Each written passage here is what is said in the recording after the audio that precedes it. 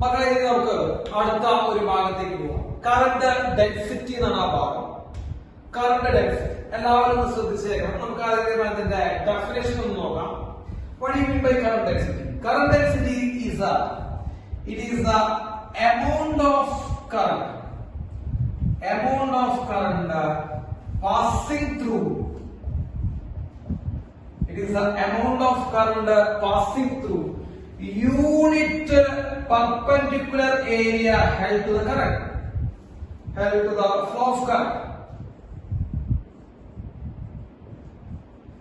held to the flow of current. ഇതാണ് current density. അപ്പൊ മക്കളെ കറന്റ് ഡെൻസിറ്റി എന്താ? ഒരു യൂണിറ്റ് പെർപെൻഡിക്കുലർ ഏരിയയിൽ കൂടെ പാസ് ചെയ്യുന്ന എമൗണ്ട് ഓഫ് കറന്റ് ആണ് നമ്മൾ എന്ത് കറന്റ് ഡെൻസിറ്റി എന്ന് പറയുമ്പോ കറന്റിന്റെ ഫ്ലോക്ക് ഇപ്പോ ഉദാഹരണം പറയുകയാണെങ്കിൽ നമ്മളെ ലെഫ്റ്റിൽ നിന്ന് റൈറ്റിലേക്ക് ഒരു കറന്റ് വരുന്നുണ്ട്. സെക്കൻഡ്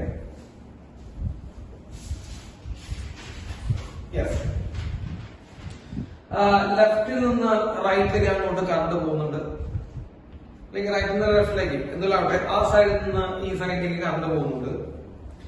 നമ്മളിതാ ഇങ്ങനൊരു ഏരിയ ആ കറണ്ടിന്റെ ഡയറക്ഷനോട് നമ്മൾ വെക്കുന്നത് കാണുന്നു വിചാരിക്കണം. ഒരു പേപ്പറാണ് തന്നെ ഒരു പേപ്പർ ഞങ്ങൾ വെച്ചല്ലോ. അപ്പൊ എന്താ സംഭവിക്കുന്നത്? അവിടെ നിന്ന് കറണ്ട് വരുന്നുണ്ട്, ലെഫ്റ്റ് സൈഡിൽ നിന്ന് ഇങ്ങനെ കറണ്ട് വന്നുകൊണ്ടിരിക്കുന്നുണ്ട്. അപ്പൊ ആ കറണ്ട് ഈ ഏരിയയിൽ കൂടെ പാസ് ചെയ്ത് പോകുന്നുണ്ട്, അല്ലെ? ഈ ഏരിയയിൽ കൂടെ പാസ് ചെയ്ത് മക്കളെ പോകുന്നുണ്ട്. അപ്പോ amount of current passing through unit perpendicular area, അതായത് ഏരിയ പെർപെൻഡിക്കുലർ ആയിരിക്കണം, ഫ്ലോ ഓഫ് കറണ്ടിന്റെ പെർപെൻഡിക്കുലർ ആയിരിക്കണം. ഒരു യൂണിറ്റ് പെർപെൻഡിക്കുലർ ആയിട്ടുള്ള ഏരിയയിൽ കൂടെ, ഒരു യൂണിറ്റ് പെർപെൻഡിക്കുലർ ആയിട്ടുള്ള ഏരിയയിൽ കൂടെ പാസ് ചെയ്യുന്ന എമൗണ്ട് ഓഫ് കറണ്ടിനെ പറഞ്ഞ പേരാണ് മക്കളെ എന്ത് കറണ്ട് ഡെൻസിറ്റി. അപ്പൊ നമ്മൾ ഇങ്ങനെ വെക്കുമ്പോൾ എന്താ സംഭവിക്കണേ? മക്കളെ കറണ്ട് ആ സൈഡിൽ നിന്ന് വരുന്നു, മക്കളെ ആ കറണ്ട് സൈഡിൽ നിന്ന് വരുമ്പോ മക്കൾ നോക്കിയാൽ കറണ്ട് പാസ് ചെയ്യുന്നത് ആ സർഫസിന് ഏരിയക്ക് എന്താണ് പാസ് ചെയ്യണം മക്കളെ? പെർപെൻഡിക്കുലർ ആയിട്ട് പാസ് ചെയ്യണേ. അപ്പോ കറണ്ട് ഡെൻസിറ്റി എന്ന് പറയുന്നത് എന്താ? പെർപെൻഡിക്കുലർ ആയിട്ടുള്ള ഒരു ഏരിയയിൽ കൂടെ, ഒരു യൂണിറ്റ് ഏരിയയിൽ കൂടെ എത്ര കറണ്ടാണ് ഒരു കണ്ടക്ടറിൽ പാസ് ചെയ്ത് പോകുന്നത്, ആ കറണ്ടാണ്, ആ എമൗണ്ട് ഓഫ് കറണ്ടാണ് കറണ്ട് ഡെൻസിറ്റി. ഒരു യൂണിറ്റ് ഏരിയയിൽ കൂടെ, ഒരു യൂണിറ്റ് ഏരിയ നമ്മൾ വളരെ കറക്റ്റായിട്ട് പഠിച്ചു വെക്കണം. ഒരു യൂണിറ്റ് ഏരിയയിൽ കൂടെ എങ്ങനെ നിൽക്കുന്ന ഏരിയ മക്കളെ? പെർപെൻഡിക്കുലർ ആയി നിൽക്കുന്ന ഏരിയയിൽ കൂടെ പാസ് ചെയ്യുന്ന എമൗണ്ട് ഓഫ് കറണ്ട് ആണ് മക്കളെ current density. And this represented by the letter J.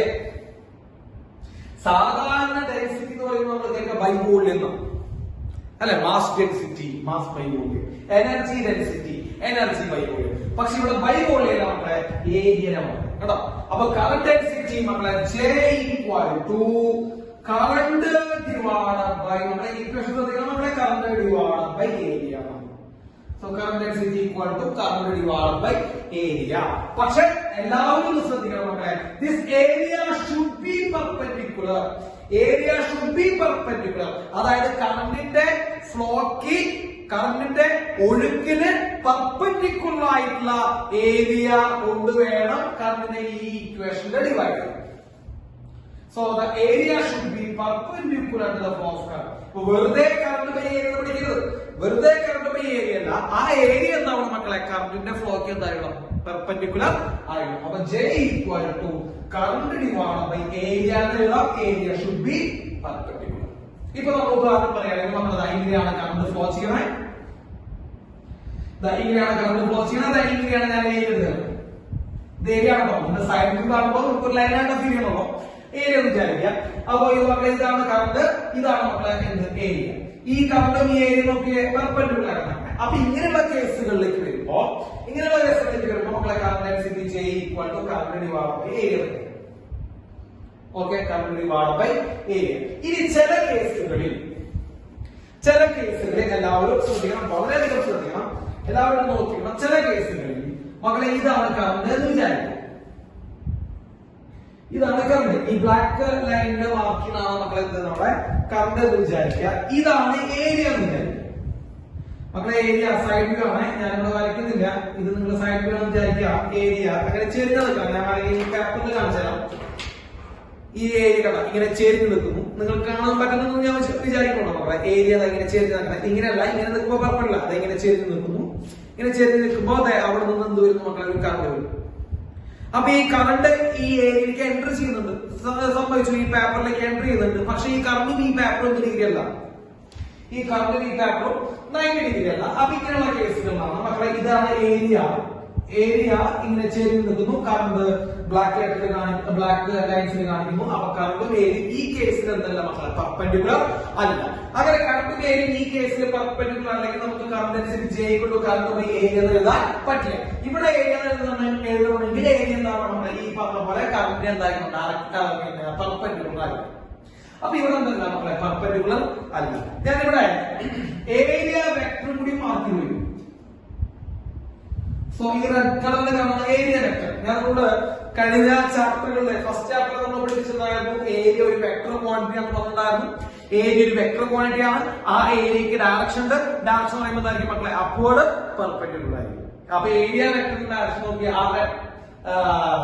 Blue കളറിൽ കാണുന്നതാണ് ഏരിയ. നിങ്ങൾക്ക് അവിടെ കാണാൻ പറ്റും. ബ്ലൂ കളറിൽ കാണുന്ന നമ്മുടെ സർഫസ് പേപ്പർ കേട്ടോ. അതിന് റെഡ് കളറിൽ കാണുന്ന അതിന്റെ ഏരിയ വെക്ടർ. അപ്പോ ബ്ലൂ കളറിൽ കാണുന്ന സർഫസ് ആണ്, പേപ്പർ ആണ്, പ്രതലമാണ്.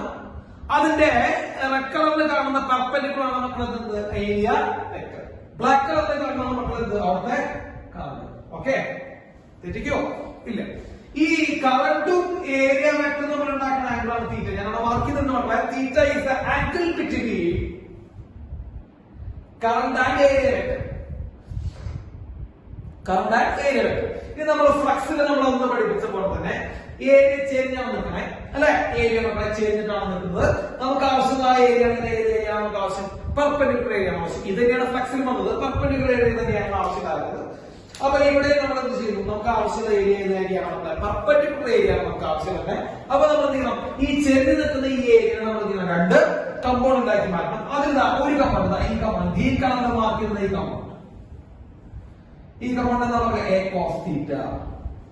ആ കമ്പോണന്റ് ഏതാ, എ കോസ് തീറ്റ. ഞാൻ മറ്റേ കമ്പോണന്റ് ഞാൻ പറയുന്നില്ല, നമുക്ക് ആവശ്യമുള്ള കമ്പോണന്റ് കിട്ടിക്കഴിഞ്ഞു. ഏത് കമ്പോണന്റാ, ഗ്രീൻ കളറിൽ മാർക്ക് ചെയ്യുന്ന കമ്പോണന്റ്.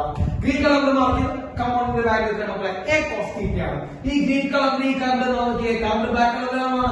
ഈ ബ്ലാക്ക് കളറിൽ കാണുന്ന ഈ ലൈനിൽ ഈ ഗ്രീൻ കളറിന് എത്ര ഡിഗ്രി ആണ് നോക്കുമ്പോൾ 90 ഡിഗ്രിയാണ് അല്ലെ.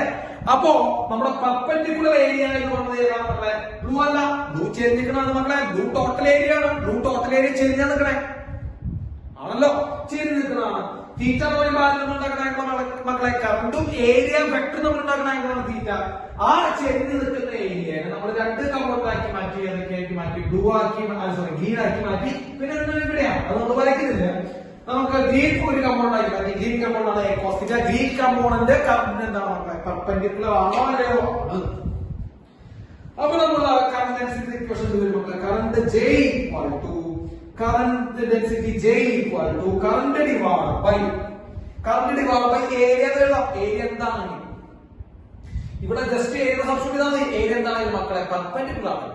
ഏരിയ പെർപെൻഡിക്കുലർ അല്ലെങ്കിൽ നമ്മൾ എന്ത് ചെയ്യണം, ഏരിയനെ 2 കമ്പോണന്റ് ആക്കി മാറ്റി അതിൽ പെർപെൻഡിക്കുലർ ആയിട്ടുള്ള കമ്പോണന്റ് നമ്മൾ എന്ത് ചെയ്യണം, സെലക്ട് ചെയ്യണം. ആരെ പെർപെൻഡിക്കുലർ ആയിട്ടുള്ള കമ്പോണന്റ്, എ കോസ് തീറ്റ. അപ്പൊ നമ്മൾ എന്ത് ചെയ്യണം മക്കളെ, current I divide by perpendicular ഏരിയക്ക് വരെ നമ്മൾ എന്ത് ചെയ്തു മക്കളെ, എ കോസ് തീറ്റ എന്ന് എഴുതും. അപ്പൊ current density J equal to I divided by a cos theta.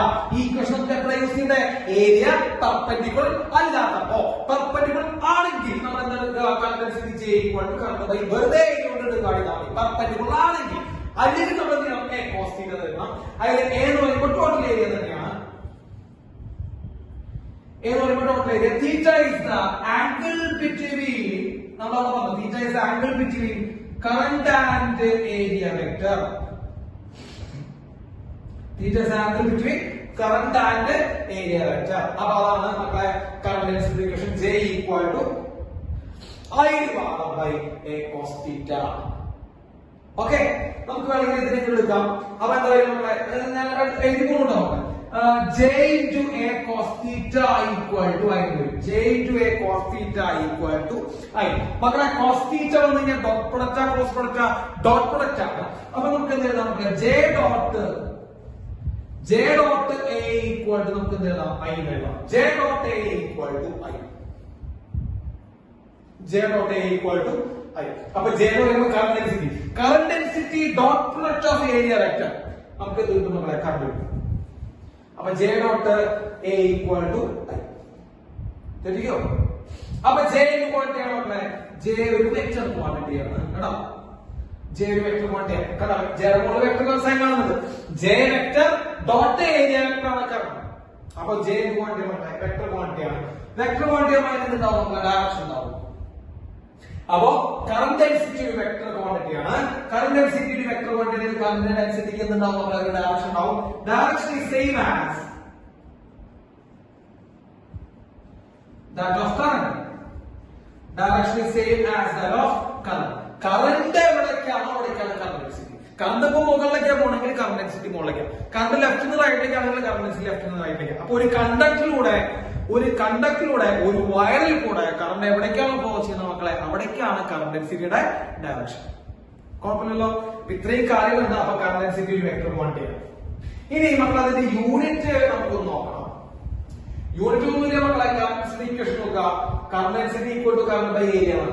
അപ്പൊ കറന്റ് ഡെൻസിറ്റി യൂണിറ്റ് എന്ന് പറയാതെ നമ്മുടെ മുകളിൽ നമ്മുടെ യൂണിറ്റ് കറന്റ് യൂണിറ്റ് ആംപിയർ ആണ്. Ampere per metre square. അപ്പോ കറന്റ് ഡെൻസിറ്റി യൂണിറ്റ് കിട്ടി, ആംപിയർ പെർ മീറ്റർ സ്ക്വയർ കിട്ടി. കറന്റ് ഡെൻസിറ്റി ഇക്വേഷൻ ശ്രദ്ധിക്കുക. കറന്റ് ബൈ ഏരിയ ആണ്. ആ ഏരിയ പെർപെൻഡിക്കുലർ ആയിരിക്കണം. ഇനി അഥവാ പെർപെൻഡിക്കുലർ അല്ലെങ്കിൽ നമ്മൾ എന്ത് ചെയ്യണം? നമ്മൾ ആ ഏരിയനെ രണ്ട് കമ്പോണന്റ് ആക്കി മാറ്റി നമുക്ക് ആവശ്യമുള്ള കമ്പോണന്റ്. ഏത് കമ്പോണന്റ്? എ കോസ് തീറ്റ. അപ്പോ J equal to I divided by A cos theta. Theta എന്ന് പറയുമ്പോൾ angle between area vector and current ആണെന്നുള്ള കാര്യം നമ്മളെല്ലാവരും ശ്രദ്ധിക്കണം. കറന്റ് ഡെൻസിറ്റി വെക്ടർ ക്വാണ്ടിറ്റി ആണെന്നുള്ള കാര്യം ശ്രദ്ധിക്കണം. അപ്പൊ അതിന് ഡയറക്ഷൻ ഉണ്ട്. ഡയറക്ഷൻ എന്ന് പറയുമ്പോൾ കറന്റിന്റെ അതേ ഡയറക്ഷൻ ആണെന്ന് ശ്രദ്ധിക്കണം.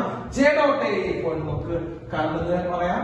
അതേപോലെ യൂണിറ്റ് എന്ന് പറയുമ്പോൾ ആംപിയർ പെർ മീറ്റർ സ്ക്വയർ ആണ്. ഇത്രയും കാര്യങ്ങൾ നിങ്ങൾ കറന്റ് ഡെൻസിറ്റിയെ കുറിച്ച് അറിഞ്ഞിരിക്കണം. ഓക്കെ, നോട്ട് ചെയ്യാം.